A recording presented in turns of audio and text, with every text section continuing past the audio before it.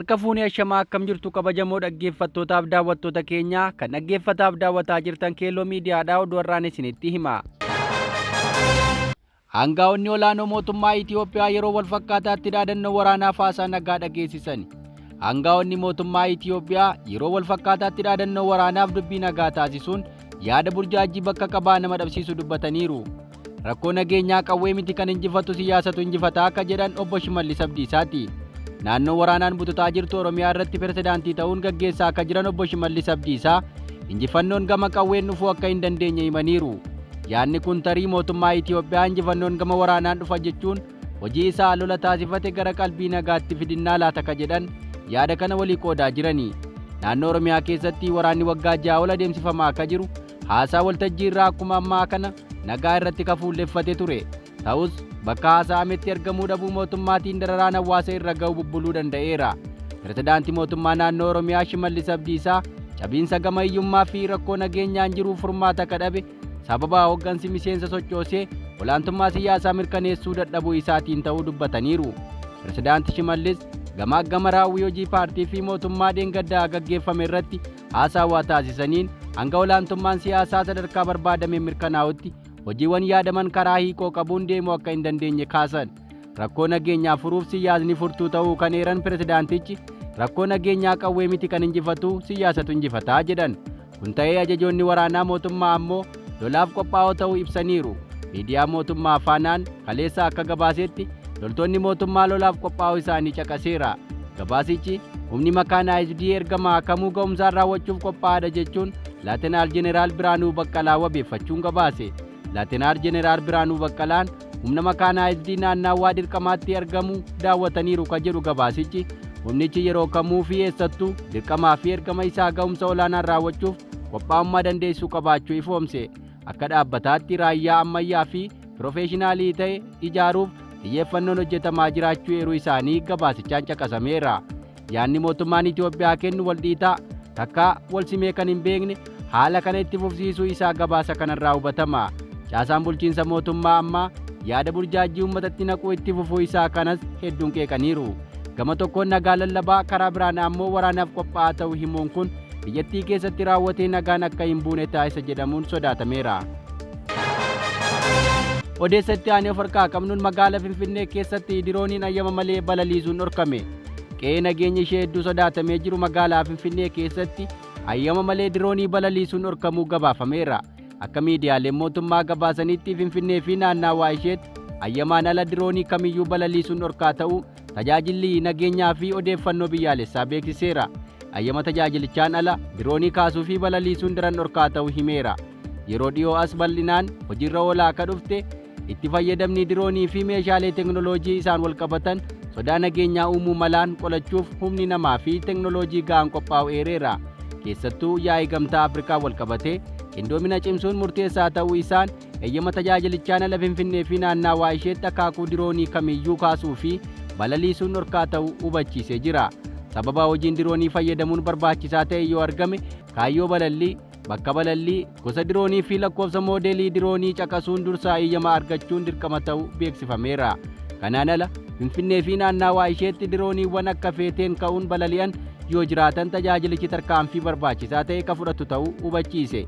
Handaara magaalaa Finfinneetti haleellaa waboon gaggeessaa jiruun wal qabatee magaalattiin yaaddoo nageenyaa bal'aaf saaxilamuuti himama. Kanarraa ka'uun magaalattii keessatti eegichi jabeessaa jiraachuu mootummaa ibsameera. Oduu itti aanuun opireeshinii waraanaa Keeniyaan WBO irratti jalqabde walta'iinsa nuti taasifneeni jechuun Itoophiyaan ibsite. Itoophiyaan opireeshinii amma Keeniyaan WBO irratti eegalte hariiroo Keeniyaa waliin taasifteen ta'uu himteetti. Tajaajilli tikaaf nageenya biyyaalessaa Itoophiyaa akka ibsetti hojiin nageenyaa Keeniyaa waliin irra ga'ameen WBO loluutti akka jiran ibseera. Tajaajilli tikaa fi nageenya biyyaalessaa Itoophiyaa duula nageenyaa Keeniyaan waraana bilisummaa Oromoo irratti gaggeessaa jirtu qindoomina humnoota Itoophiyaa waliin akka ta'etti hime. Kunis akka dhaabbatichi jedhetti daangaa waliin qaban irratti kaampii WBO irratti fuulleeffachuun opireeshiniin kun akka gaggeeffamu himeera.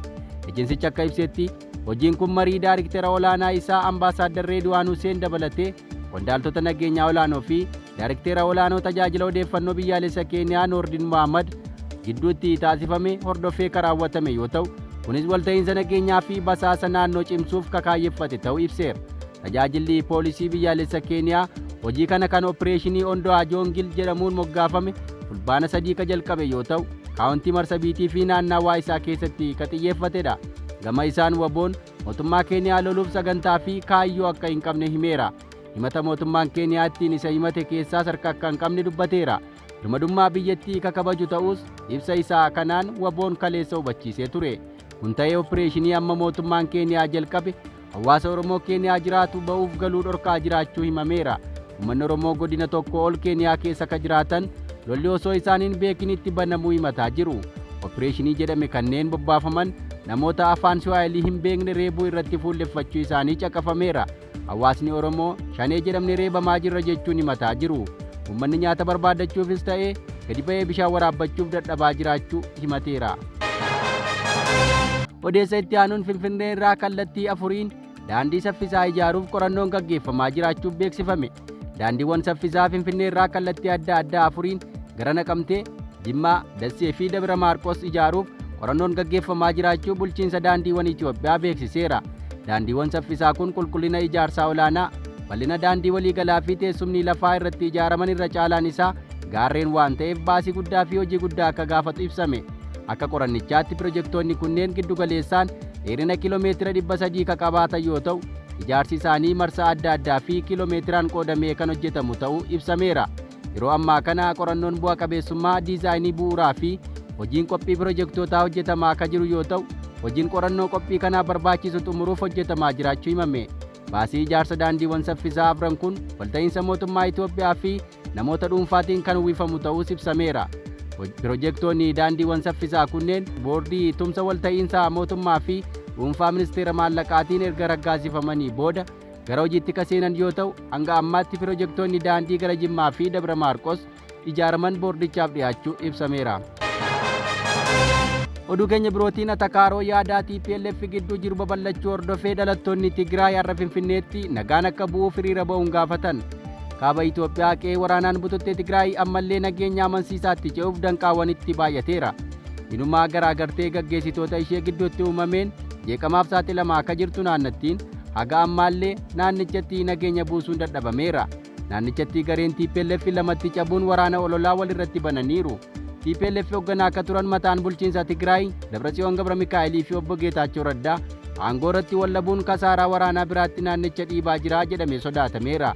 Kana hambisuuf dhalattoonni Tigree magaalaa Finfinnee jiran hiriira ba'uu isaanii har'a gabaafame.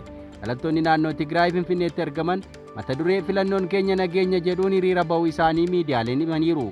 Jiraattonni kunneen deeggarsaa fi murannoo nageenyaaf qaban agarsiisuuf har'a hiriira gaggeessaa jiraachuu isaaniitu ibsame. Tigraayiif misooma malee waraanni barbaachisu, misoomaa fi hojiilee misoomaa naannichaa gufachiisuun faayidaa hin qabu dhaadannoo jedhu dhageessisaa akka turanis dhaga'ameera. Qaamoleen siyaasaa garaagartee isaanii mariin furachuu akka qaban gaafatanii jiru. Gareen obbo Geetaachoo Raddaa yeroo ammaa bulchiinsa yeroo naannichaa hoogganaa akka jiru yoo ta'u, gareen Debretsion Gebremichaeliin durfamu garee Geetaachoo Raddaa gantummaan himata. Debretsion Gebremichael waliin jeneraalonni waraanaa akka jiran kan agarsiisu torban darbe keessa ibsaa bulchiinsa yeroo naannichaa diiguu baasuun ni yaadatama. Gareen obbo Geetaachoo Raddaa ammoo fonqolchi mootummaa ifatti gaggeeffamaa jira jechuun himataa tureera. Oduu keenya birootiin Ameerikaan Masriin jiraattota Gaazaa akka qubsiistu amansiisuuf falmiidhaa haaromsaa akka meeshaatti fayyadamaa jiraachuu ibsame.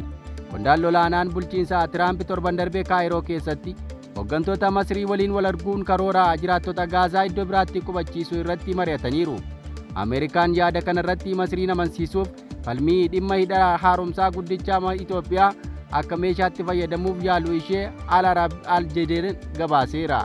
Qondaalli Ameerikaa kun ministeera dhimma alaa Masrii Badir Abdallaatii fi hoogganaa nageenya waliigalaa Hassan Rashaad waliin qofaatti dhimma karoora Ameerikaan Gaazaa irratti qabduu fi dhimma hidha haaromsaa guddichaa irratti marii taasisuu ibsame. Al-Arab akka gabaasetti dippiloomaasii isaa caqasuun akka gabaasetti Masriin karoora jiraattota Gaazaa bakka biraatti qubsiisuu kana yoo fudhatte Ameerikaan wallabdee dhimma hidha haaromsaa irratti uumame furuu keessatti akka hirmaattu qondaalichi ibsaniiru. Qondaalonni Masrii yaada pirezidaantiin Ameerikaa Doonaald Tiraamp Gaazaa qulqulleessuuf dhiyeessan hojiirra oolchuuf kan ulfaatu ta'uuf qormaataa fi rakkoo guddaa fiduu akka malu eeruun yaadicha fudhanne. Maddi dippiloomaasii olaanaa Masrii tokko akka jedhanitti dandeettiin Kaayiroo karoora Tiraamp qolachuuf qabdu deeggarsa biyyoota Arabaa biroon ala ulfaataa akka ta'u dubbatan. Qondaaltonni Masrii furmaata kan biraa namoota dirqamaan osoo hin buqqaasin nageenya Israa'el mirkaneessuu irratti mari'achuuf balballi isaanii banaa ta'uu ibsanii jiru. Oduu keenya birootiin pirezidaantii Yuukireen Zelenskiin kallattiin Puutiin waliin haasa'uuf akka barbaadu dubbatan. Pirezidaantii Yuukireen Volodymyr Zelenskiin waraana Raashiyaa fi Yuukireen gidduu jiru xumuruuf pirezidaantii Raashiyaa Vilaadimir Puutiin waliin marii irra taa'uuf qophii ta'uu himan. Gaaffii fi deebii Piyeersi Moorgaan waliin taasisaniin pirezidaantiin Puutiin akka diinaatti akka ilaalan ibsuun itti dabaluudhaan garuu uummata Yuukireenitti nagaa yoo fide marii kallattii irratti bobba'uuf qophiidha jedhan. Pirezidaantota lamaan kanaan alatti taajjabdoonni 4 marii kana irratti akka hirmaatan akka barbaadan kan ibsan pirezidaantichi eenyummaa isaanii ifatti ibsuu didan.